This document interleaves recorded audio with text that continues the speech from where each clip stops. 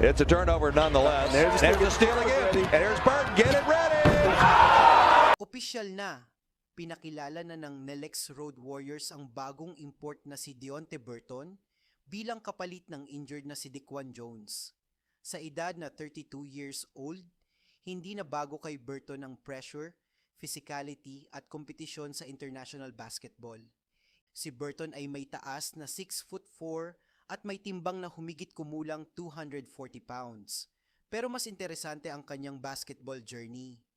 Bago siya makarating sa NBA, naglaro muna siya sa Marquette at Iowa State.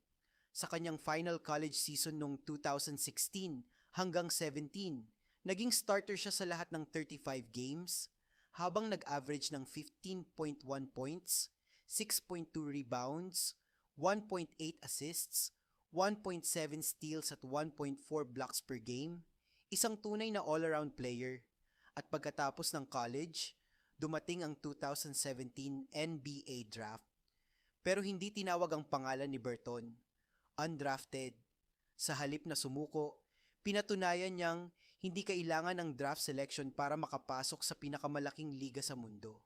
Naglaro siya sa international basketball at sumabog sa Korea kasama ang Wonju DB Promi, kung saan nag-average siya ng humigit kumulang 23.8 points at 8.7 rebounds per game.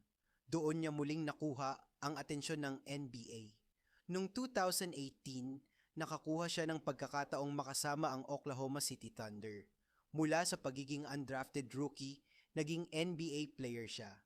Naglaro siya sa NBA at nagpatuloy sa G League at iba't ibang international leagues. At ngayon, makalipas ang mga taon mula nang hindi siya madraft, nasa PBA na si Deonte Burton. At may isa pang malaking dahilan kung bakit magandang fit siya sa NLEX. Kilala na siya ni Coach Jimmy Alapag.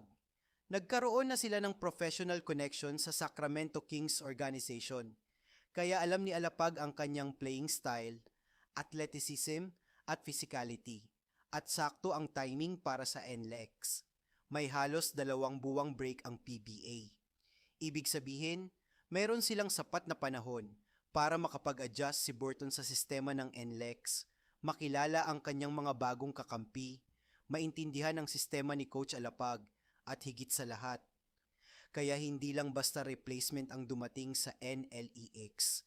Isang veteranong manlalaro ang dumating, NBA experience, G League experience, international experience, at higit sa lahat, isang player na kayang umiscore, mag-rebound, magdepensa, at magbigay ng energy sa court.